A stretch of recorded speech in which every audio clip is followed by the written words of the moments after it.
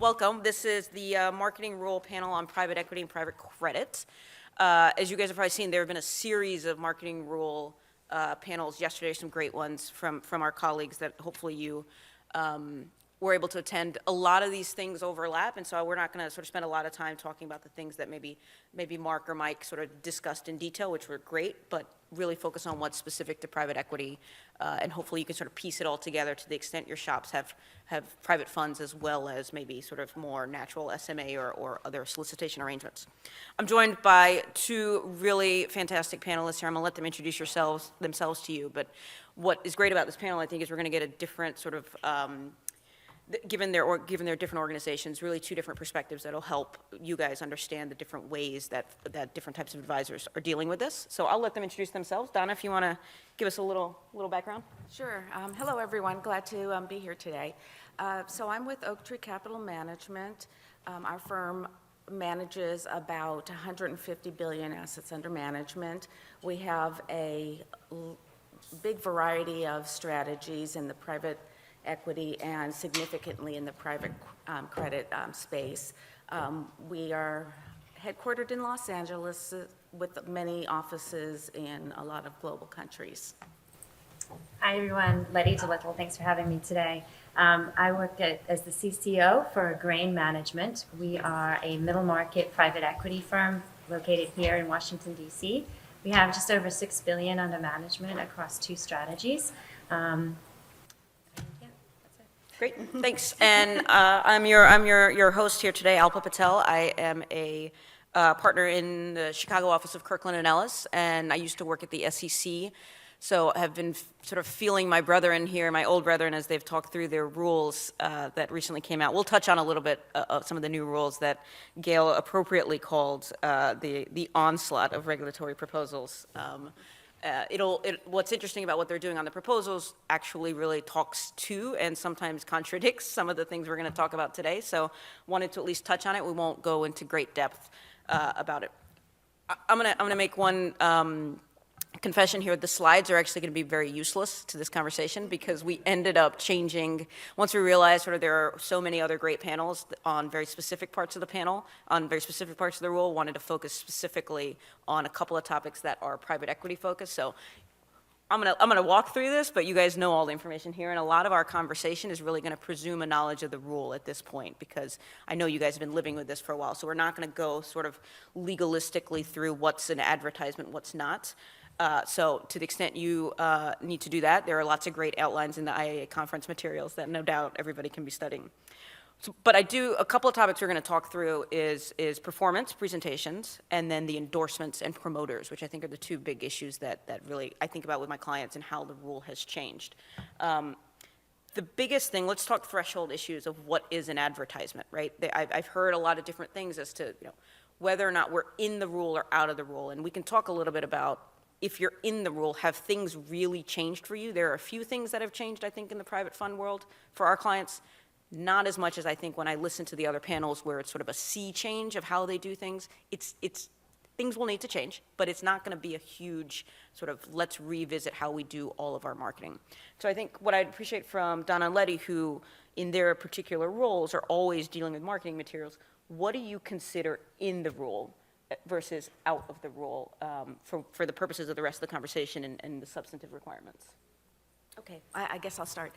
So when we think about advertisements, we're actually thinking about a marketing piece, marketing securities that will be broadly distributed. So what does that include for us? I think about pitch books, a brochure that's being distributed to potential investors.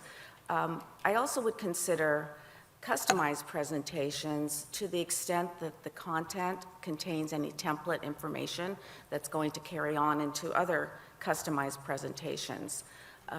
I would consider RFPs. In our firm, we have standard responses for a number of questions, so we would consider that an advertisement that would require our review.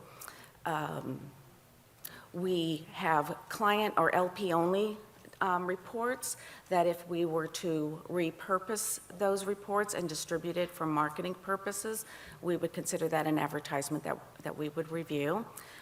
We have website and social media content. Some content will not necessarily be in the traditional proposal of or recommendation of securities, but we do want to make sure that we're looking at those pieces to ensure that there isn't any recommendations or references to our strategies. Letty, anything you'd add? I think, one of the things we talked about earlier was where you're preparing something maybe for one LP, but you think it might get reused. I view those as advertisements. An email communication that's going out to a group of LPs is something I would want to just take a quick look at to make sure it isn't. I mean, part of this is proving that we don't need to look at it, and sometimes looking at it is the only way to do that. So, I think you have to take a fairly broad view, and I think, we're fortunate being in the private equity space where all of our investors kind of look and feel the same to a certain extent. I would caution folks, the rule has a lot of exceptions in them. The exceptions don't do as much as you think they do, right? This concept right now where we live in the gray area of one-on-one communications, and it's sort of like the Wild West in those documents, and God knows what's in them half the time, that needs to be reined in. That is a conversation you're going to have with your IR folks of this exception that we've sort of lived and taken way too much advantage of. It's going to be pulled away because much of the information that's in there is in fact standardized template information, and I would absolutely expect the staff to come in and review those. Now, the good news is the things that are in there are specifically permissive now, right? Much of the projections, hypothetical stuff that goes in there, it just needs to go through compliance review because now there needs to be a lot more disclosure and a lot more sort of some guardrails to it. But the other exception I've sort of seen folks cite to is, well, the PPM's not considered marketing. That's not true. Specific parts of the PPM are not considered marketing. Every PPM I've ever seen has a track record in there. That absolutely will be subject to the marketing rule. And even if it wasn't, you are still living in 10b-5 world, right? None of this is considered free reign in your PPM. Your lawyers get paid a lot of money to review your PPM, more so than your pitch deck, because the liability associated with that document is just granularly higher, exponentially higher than your pitch book. So pay attention to all of these things. For the most part, I would imagine much of our sort of conservativeness here will be, let's just treat it like an advertisement, even if there's questions, even if it's routine investor reporting. One of the questions that came up in an earlier panel was, well, we're not fundraising, but what about our ESG diligence report or annual report that goes out to every investor every year? I would be willing to bet that goes into your data room as well. And I would be willing to bet that that should be treated like an advertisement, because I think that's what Dan and his colleagues sitting in the back are going to think are an advertisement when they come and examine you on November 1st, despite what they're saying that they're not. Yeah, I'll echo that. If it's going in your data room, or it might go on your website, or you might send it to somebody who's a friend of yours because you're proud of your work, it's an advertisement. But don't send it to a friend of yours unless they're Unless they're in our industry. Institutional friend investor. et cetera, Yes. et cetera. Okay, so let's talk about what the actual performance presentation rules are saying and how we're going to sort of treat them. The biggest one is obviously net and gross. A lot of questions about what that means. A lot of questions, interpretive questions that I think we all know, frankly, are not going to get answered. So let's just come up with our own interpretive answers, and we'll have the SEC tell us we are right or wrong through rulemaking by exam or rulemaking by enforcement. No. Dan is in the back, so we get to heckle him as he doesn't have a mic and cannot defend himself here. So specifically, we have always told fund clients, when you are presenting your track record, if it's the fund overall, your gross, you need to see the net. It's easily ascertainable. The rule now is sort of shifting on its head the idea that, well, if it's a subset or an individual investment, you can't just produce gross, you're going to have to also produce net. And as every finance person will tell you, that is impossible. It is, you might as well be asking for my firstborn child, because I can't possibly come up with a hypothetical number unless an LP told me, can you just come up with a hypothetical number? And magically we can somehow create that number. I'm curious from your perspective, how are you going to approach whether it's a specific case study or an individual, we want to highlight a particular individual investment. What's the avenue to get to compliance here? So the way we would look at this, and I think this is something that we have just generally done, and I think, to just caution everybody here, at the end of the day, you're going to have to determine certain positions you're going to take for your firm, size of your firm, number of strategies, and what you can, substantiate to regulators, but also make sure you have, the records and you include all of the relevant disclosures. So when I think about investment level versus fund level, on the fund level, we would provide both gross and net of fees and expenses in a prominent way. Now, as private equity firms, we also share information about the individual investments on a realized or unrealized basis. We present that in a gross of fee performance only because it's not really relevant to have net of fees on investment level when you carry that through down to the fund level. So what we would take the position, or at least that's what I'm going to recommend, is that when you carry on with your track record on a gross only, but make sure you include on the fund or portfolio level the net of fee return, net of fees and expenses, and make sure you disclose that information. So that's, let me show you one portfolio investment, gross, and then I'm going to show you the net of the overall fund from which it came from. And here's a net. It's not tied to the very specific gross performance, but it is the performance that is tied to that overall fund, which is the meaningful number for the investor.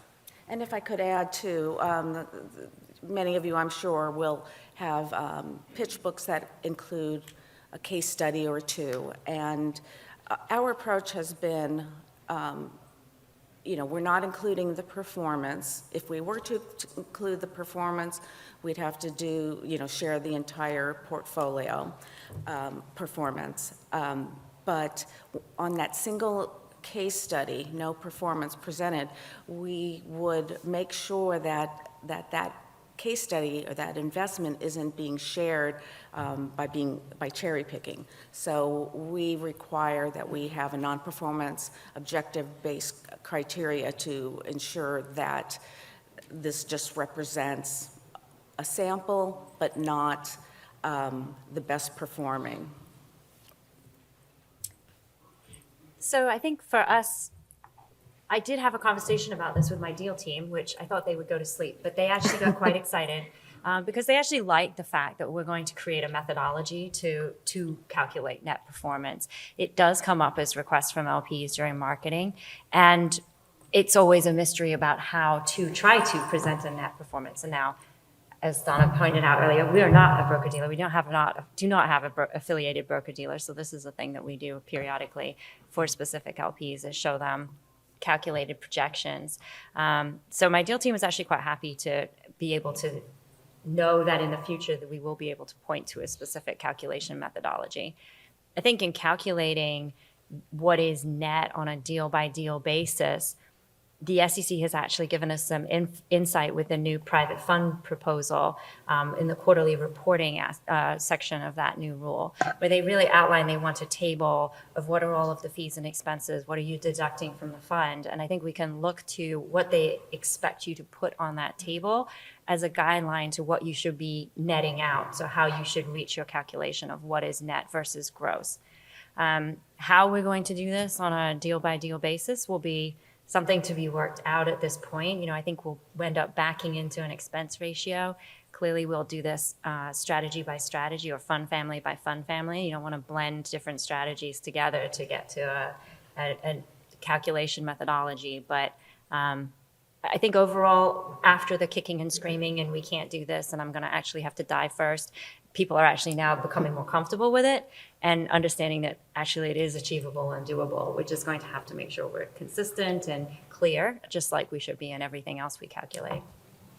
This goes with a lot of disclosure, right? You're making assumptions here because the SEC is telling you to make assumptions, and you still need to sort of CYA yourselves of what disclosure, what reasonable conclusions you came to your point, the fund expenses. It's a hypothetical arbitrary number. but that's fine. That if you say, we sort of come up with a reasonable way, I think, to come up with this hypothetical fake fund expense ratio and apply it going forward. You kind of just need to say that. And I think that's, certainly from our perspective, coming up with some just language, a couple of sentences that effectively says, you shouldn't really take this seriously. This is a fake hypothetical number, but we're providing it to you. The two points to make. Gross, there's no specific requirements on how to calculate gross. You just have to disclose your way sort of through it. So folks do this differently, right? And whether it's money weighted, time weighted, all sorts of different approaches to this. And this is where these are actually good points, I think, in general for compliance to talk to finance about. Because sort of having them walk you through how they've calculated something is just better disclosure. The more you can sort of spell it out in your endnotes, the safer you are on an exam when an examiner is saying, well, it's not clear that you did it this way, or we disagree with the approach you took here, but at least if you've said it, nobody can accuse you of being misleading. The answers are all there because there's no guidance to do it otherwise. The other piece is, as Letty sort of talking about fund expenses, what's considered, but also what's your sort of rack rate, what's your advisory fee, right? Clients will often have discounts for early closers, your affiliated partners that don't pay anything. How are you coming up with the net in and of itself? It sounds like we're going to do model fees so that you're applying your rack rate across the fund that's being presented in your marketing materials. An interesting point here is in the private fund proposals, the reporting that goes to proposed to go to your investors has discretion. You can actually decide how you want to present that net. So could be different. I imagine you're not going to want to have different numbers, and you'll just end up using the same performance numbers across the board. But those two in those two releases, it's a different approach. Yeah, that's correct. I mean, the model fee, the marketing rule says that the model fee should equal the highest fee, essentially. You shouldn't be trying to present your largest investor who closed on the first close date's fee as what everybody's going to get, unless you're actually going to give that to them. The example of an LP who comes in and is a prospect saying, I might invest between 5 and 500 million. What are you going to give them? Should you base it on the 500 million number or the 5 million rate? I would want to base it on 5 million because I'd rather that they get good news at the end than bad news and claim that we misrepresented our fees. I've been remiss. Let me read you guys the CLE code, as I know you're all sort of waiting with bated breath. The session is eligible for continuing education credit. The first code word is bridge, BRIDGE. We'll give you the second one at the end. And if you also, guys, if you have questions, there are little index cards around that Monique or somebody's going to walk around and grab from you. Or if there's not, just stand up and shout it out. We'll play it that way because I don't actually see Monique in the room. Oh, there we are. Thank you. Okay. One other point to make. You sort of talked about there's discretion here in how do you get to net? What expenses can you not include? So what are we going to consider an LP expense versus a fund expense? You can look to the new the new private fund proposals has some idea in there of what the SEC considers. But there's a lot of granularity when I sit down and talk to clients, the finance people in particular. Well, what about this and what about that? And it's not that clear. There's a lot of leeway there, I think. So that's a good exercise to go through with the finance team about here's the actual expenses we're talking about. What can we put in and what can we put out? Because I don't want people getting too creative in what sort of gets pulled out, because I think that you open yourself up to liability and saying this is not actually the net expense of the fund.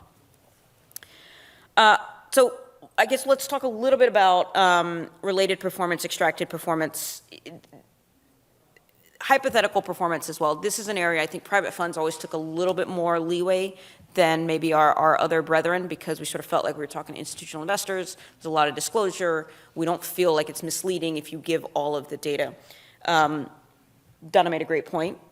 Just because you can do it in your IA space, it doesn't mean your broker-dealer is going to let you do it, right? The projections, which are now sort of openly permitted, your FINRA rules are still very specifically against that. So let's not forget that there's a whole different layer of sort of marketing and advertising rules at play here.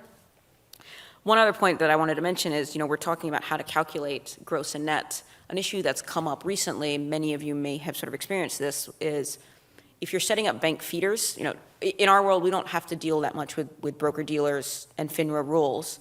And GIPS I've fantastically avoided for much of my career, except now that clients are setting up bank feeders who have, the Rule 2210, I think it is, I can't remember which one it is actually, but they have a requirement to comply with GIPS. And now all of a sudden, private equity fund managers that have never had to comply with GIPS are being forced to in the marketing material that's pushed through their broker-dealers. And it's always with the bank feeders.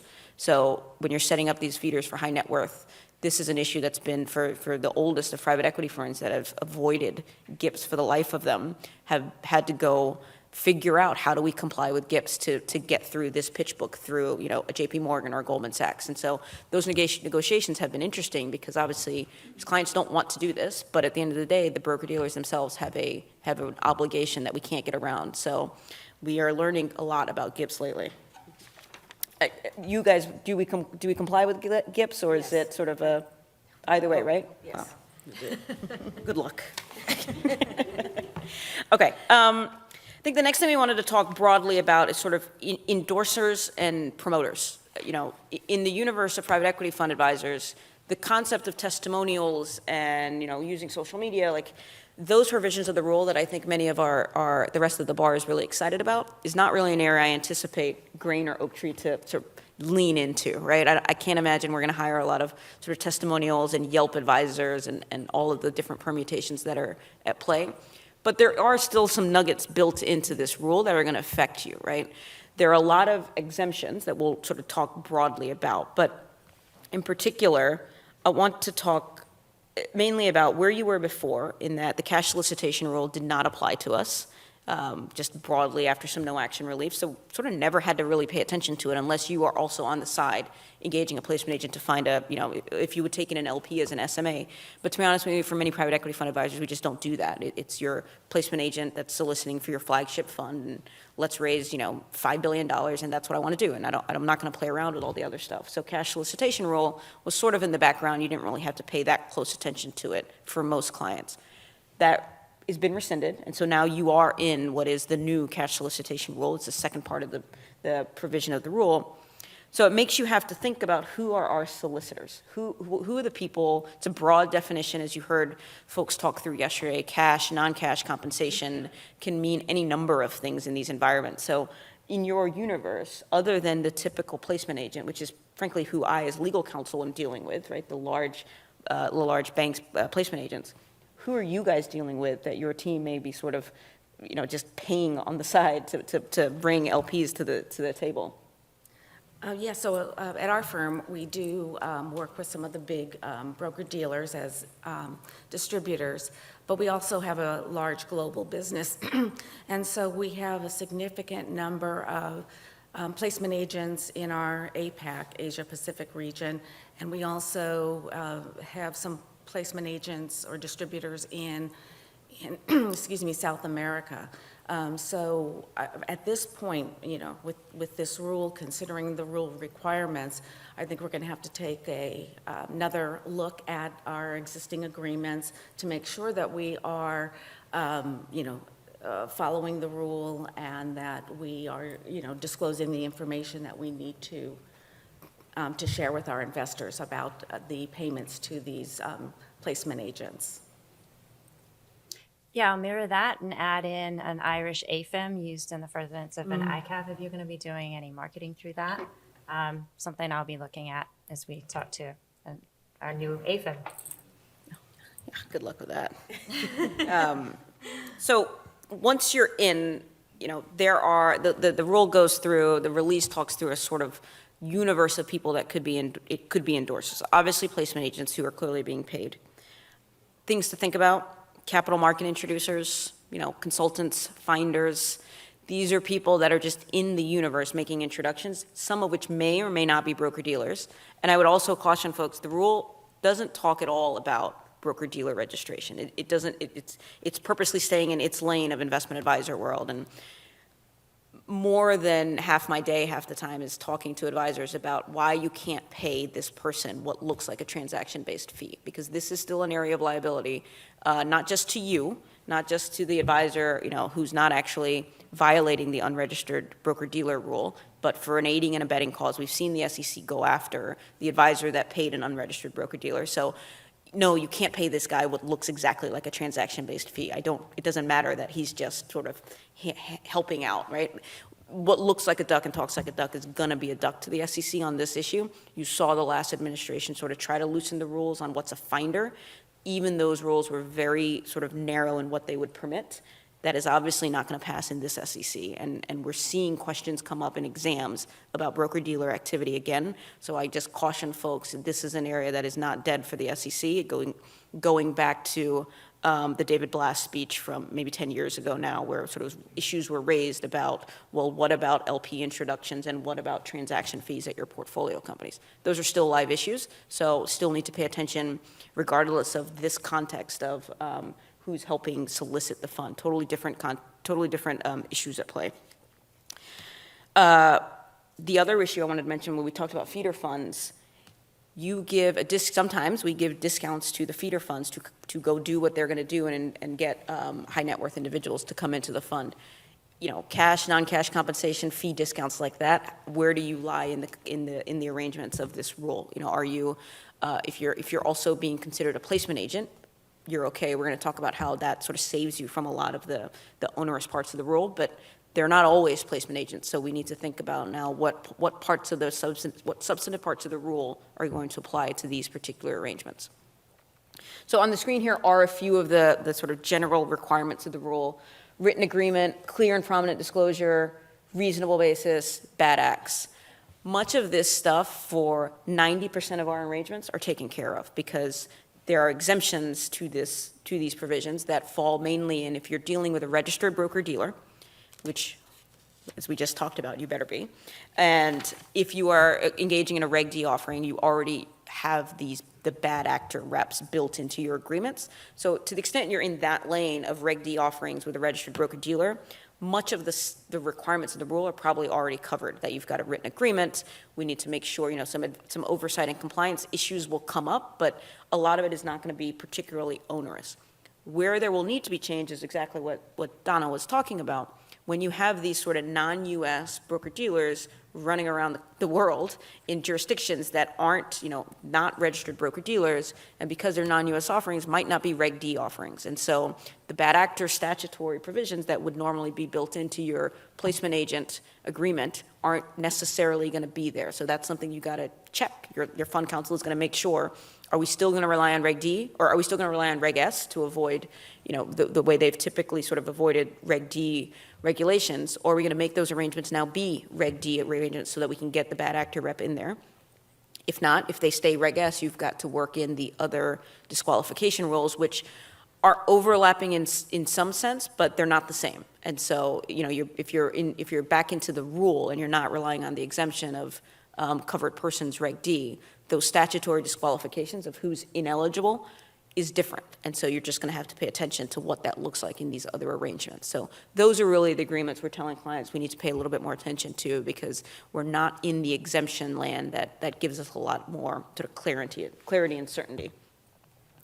I guess anything you guys want to add on this? I know there's a grandfathering provision to this, so I don't blame many fund clients. We haven't sort of focused on it because if you entered into the agreement before the sort of activity happens, we feel pretty good, we're okay. But that exemption date will come up soon, and we'll need to pay closer attention. I see a question. What are your thoughts about how to police the requirement that your third-party marketers, when they say, you should look at this hedge fund, you should look at this private equity fund, have to then say, and I'm getting compensated? Yeah. And the rule says that we then have to have a reasonable basis for believing that's happening. Yeah, reasonable. How are we going to get that? Yeah, so just for the folks online, the question is, how are we going to actually police? How are we going to comply with oversight and compliance with third-party folks? Reasonable basis, written documentation goes a long way. You've got the reps from them. There is an idea, you're probably going to have to get continuous certifications that they're doing. There's only so much you can do, though, right? Like, you can sort of have them rep to, we're going to provide this disclosure to all of the investors, and you've got that as sort of a schedule in your placement agent agreement or your solicitation agreement. But there's also just a sense of, we can't, we're not going to have like a log, show me all of the times you sent this. There needs to be a reasonable reliance on the reps and sort of absent knowledge that this isn't happening. It's hard for me to say an advisor is on the hook if they've done all the things that you sort of typically would expect to happen, having the reps, routine certifications, and any sort of red flags that this isn't going on. The release does suggest the possibility that we survey or sample. Yeah, good, you think, clients. yeah. Oh, I'm sure it's suggested, but it's Absurd, exactly but right. it's It's not. in the release. That's right. Look, that is, I think, certainly from a private equity standpoint, doesn't strike me as sort of the right level of requiring CalPERS to tell me, hey, did you really get told that this was, this guy was conflicted? Were you completely confused as to who he was selling transaction-based to? So some of these requirements, we take comfort in that we have institutional investors. And I know that's not true for everybody. I know we're talking about sort of 3C1 funds that may have more sort of, humans and not institutions. But I do think that comes to play when you're thinking about how the SEC interprets these rules. Like, there is that provision of, are you sure it's being taken care of, really strikes me as on the retail side. Are we, do you feel confident that your marketers, when they're talking to their sort of mom and pop widows and orphans, that they're sending out these appropriate disclosures? Like, that to me requires a higher level of diligence than maybe, my $20 billion fund that's raising at $100 million chunks at a time. I'd say one thing on this piece is that my current compliance manual says we do not use endorsements or testimonials, period. Like, that's all we say on this topic. But obviously, I'm going to have to do a wholesale revision of that because now we actually have guidance and rules around how to use testimonials and endorsements. Not that we would, but, outside of the placement agent context. But I think it's just a note. There is a lot more to do with the marketing rule than you think. I sat down, I read through it, I'm like, we already do all these things, we're fine. It's not that big of a change. But then when you really read through the rule, you're like, okay, I have to kind of rewrite my whole marketing section of my compliance manual. So, just an endorsement for not waiting until October 31st to start that process. I mean, just the basic premise there of we don't do endorsements, right? Like, your placement agent agreement would not have been thought of as an endorsement before, and now it is. So, like, you just need to, it's a wholesale rewrite of your marketing policy. So you should, instead of trying to tweak it, just scrap it and start over, right? Like, that's Exactly. the answer. And I guess, can I ask you guys, where are you in that process? I know, Donna, you have to herd a lot more cats. So what does that look like for you versus Letty? I think it's probably just a little bit easier. Yeah, at my firm, there are many stakeholders across various departments, and everyone wants to have a voice. And usually their voice is the loudest at the point where you've established, the policy, the guidelines, and they, reject that. So in this process of adopting and revising our policies, we're going through kind of an extensive amount of work. First off, I have brought a work group together internally because I want them to have their voice. They are representatives of other departments. I also am part of a work group with some peer firms because one comment that is made to us often is, well, what is the other firm doing? It looks like you're very conservative. We don't want to be the outlier. I've already had some calls with my peer group, and they've been a bit hesitant to dip their toes into the rule. We do have a call next week, and I think we're going to start to take a deeper dive and look at what positions they're thinking about taking with the various elements of the rule. Ultimately, I'm putting together my proposal on the positions we should take. I believe that a lot of the requirements of the new rule are already being implemented, like our hypothetical illustrations. We follow that pretty much, bullet point by bullet point. One thing I do want to tighten up there is to make sure that we have a back office to validate the hypothetical illustrations. So once I have these proposals together, I have the voice of some internal individuals. feedback from some of the peer firms, then I'm going to recommend these changes to the executives at the firm.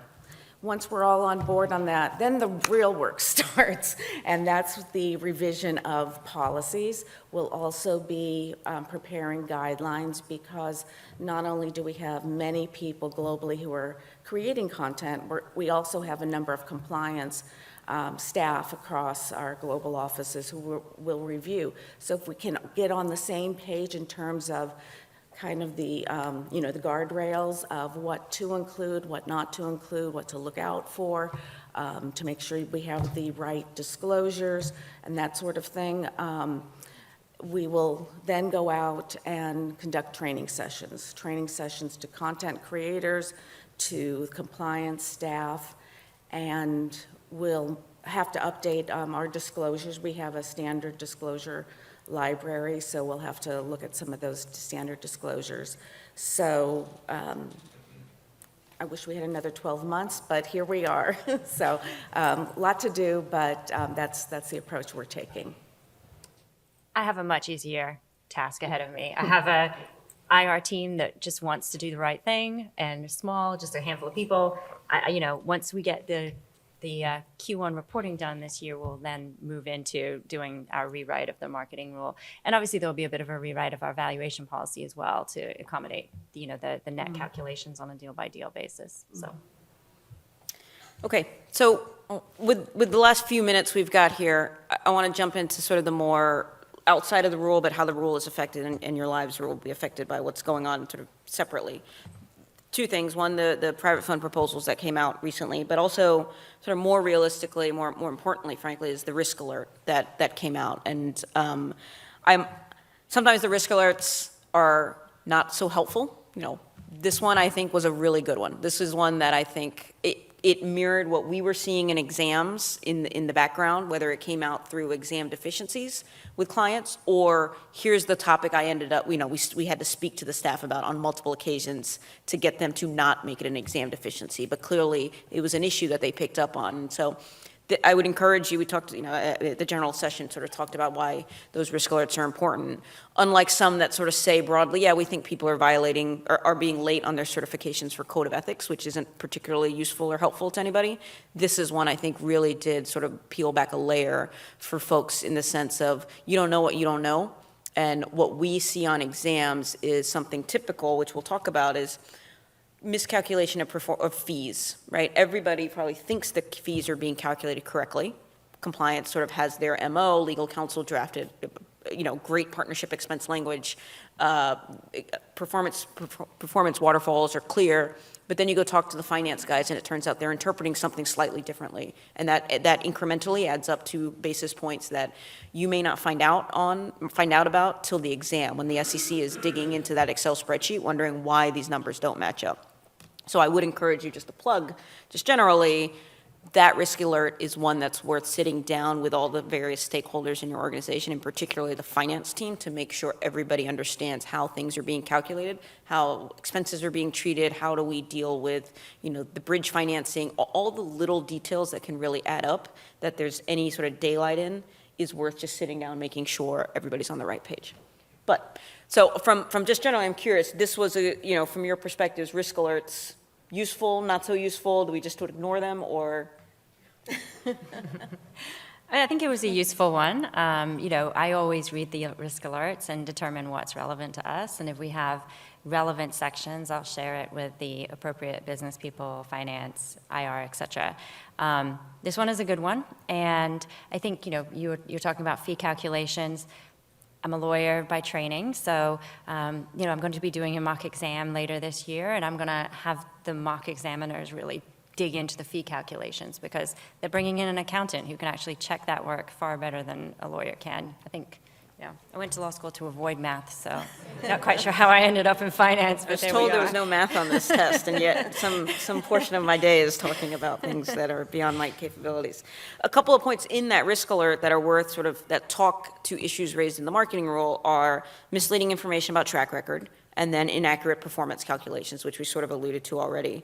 But each of those things is addressed in the marketing rule in some form or fashion, right? Whether it's cherry-pick track record, the marketing rule has its discussion of fair and balanced and not sort of changing. So if anything, the thing to pull away is that the issues that were live under the old advertising rule are not going to be that, the issues that showed up to the exam staff as problems are not going to be that different under the new marketing rule, right? These issues stay the same for the most part, and it's stuff you can handle whether or not we're dealing with a new marketing rule. It's how a presentation's being presented, right? The risk alert in particular talk through sort of how you deal with benchmarks and how you're doing comparison. There's a whole discussion in the new release about benchmarking and third-party ranking. So what's old is new again. There's not a lot that's changing from that perspective, but each of those documents is a useful insight into how the staff is thinking through a particular topic. With that, I think we got a few minutes. Let me give you the last CLE code. It's called Discover. Discover. Okay. So last few minutes, I'm curious, nobody's really dug into the new proposals that heavily yet. One of the big things that will sort of tie to the conversation we're having here is private fund quarterly statements. They get very granular. We need you to do it XYZ way within 45 days. How does that jive with what you're doing now and what your obligations are to LPs? Maybe Letty, if you can. Sure. So, I think our general basic reporting to LPs is quite broad and general, and we'll need quite a bit of an overhaul to comply with the proposed rule. However, I'm sure you guys all have, as I do, side letters with a number of LPs that want the ILPA reporting standard or the ILPA reporting standard plus some special extras, something that looks a lot like the ILPA reporting standard but isn't quite. So I think in a lot of ways, we're probably already doing everything that is asked for in the quarterly reporting rule, but on a one-off basis. So I think this is hopefully an opportunity for us to be more consistent rather than it being a wholesale change of how our finance department does the reporting quarterly. It's more, we're going to be able to be consistent. We're going to have to do a bit more work, but we're going to be able to be consistent across our LPs, which I think is beneficial. I do think the 45-day time period is absolutely, I don't know how we would ever manage to do that. So I'm hoping that the SEC will come back with a better number than 45. What's your typical right now? When do your LPs sort of Our request LPs that? want it in 60 days with some allowance for a little bit of slippage for reason. So, sometimes we just have a hard time gathering data from our portfolio companies. I'm sure everybody does. We invest in middle market companies. They're not that sophisticated, and 60 days can be a push. But 60 days is generally our rule right now. And, I think we will have to add more rule around our methodologies. But that's a sort of one and done lift for a compliance perspective. It's not going to impact our finance department that much. So I don't know. I don't know that it's that disruptive, but it will be a revamp of how we look at this stuff. Donna, about the same for you guys? Yeah, Just- exactly the same. I think overall, we report the required information. There is some information that the proposed rule is suggesting. We'll see what the actual rule includes, but I think there'll be a little bit of work. We can do many, many hours on this rule and my personal thoughts on it, but we will save that. I will just point out one thing in the rule particular. They make a distinction between illiquid and liquid funds that is not particularly workable. So I would imagine there's some change there, just practically speaking, that, certain funds that fit the definition of, illiquid or liquid funds really doesn't make sense for them to report total net total returns, because it's just a different type of asset class. So there's a lot to go there. I think this is going to be burdensome, but it's not going to get a lot of the press that's happening on this rule, because there are a lot more sort of interesting things in those proposals that will end up taking a lot of space on comment letters. So something to just pay attention to in the details. And the interesting part in the marketing rule we sort of touched on already is there's more discretion here as to how you would describe how you would calculate performance. There, you get the ability to sort of decide, here's the fee rate we're going to use. We just got to disclose it away. Not so much on the marketing rule, and how do you marry those two up? I would imagine many advisors end up taking the approach of, we just want one set of numbers, and so it's less chance to screw it up in the calculation if we just have one set, and they'll end up, I think, gearing towards the marketing role. But that, I'm curious if that actually plays out across the board with all of the other clients. Okay. Well, I think unless we have any questions, if we're happy to stick around and talk through the details, but marketing role, November 4th. I know they said they're not going to be sort of hardcore up front. I think that's probably true. You know, if you caught Chris Mulligan from exam staff yesterday, sort of talk through, like, let's not get sidetracked with the proposals that are in play. The marketing role is actually the thing that's important. But we have seen sort of an understanding from the SEC staff as those first few months go by of how to evaluate the rule. It's not going to be an enforcement action on December 1st. So I think good faith compliance and starting early on your policies and working through with your internal team to make sure all the different folks within the organization are on board with what's about to change is going to be the biggest battle. Thanks for joining. I hope you guys enjoy the rest of the conference, and thanks to the IAA.